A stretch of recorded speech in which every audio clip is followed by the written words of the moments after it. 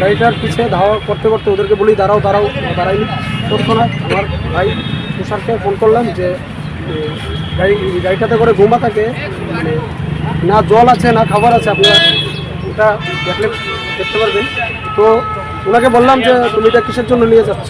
তো উনি ডাইরেক্ট বলছে ওনাদের ঈদের কাজে ব্যবহার করবে, কোরবানি যা টাকা পালার জন্য। কিন্তু আমি ওনার কাছে একটাই প্রশ্ন যে আমরা সনাতনী হিন্দু, আমরা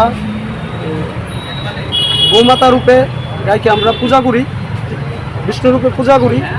ওরা এইভাবে অত্যাচার করে তাদের ঈদের জন্য ওরা নিয়ে যেতে পারে না। তো তৎক্ষণাৎ আমি তুষার ভাই সাহায্য নিয়ে পশ্চিম থানাতে নিয়ে আসলাম, পুলিশ আধিকারিকের সাথে কথা বলেছি, বাকিটা আইনি যা ব্যবস্থা নেয়।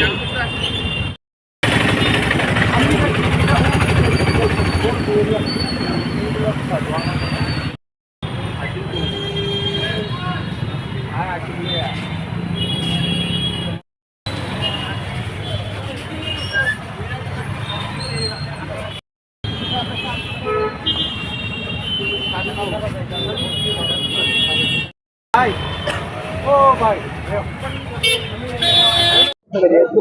আমি দেখি ঘরে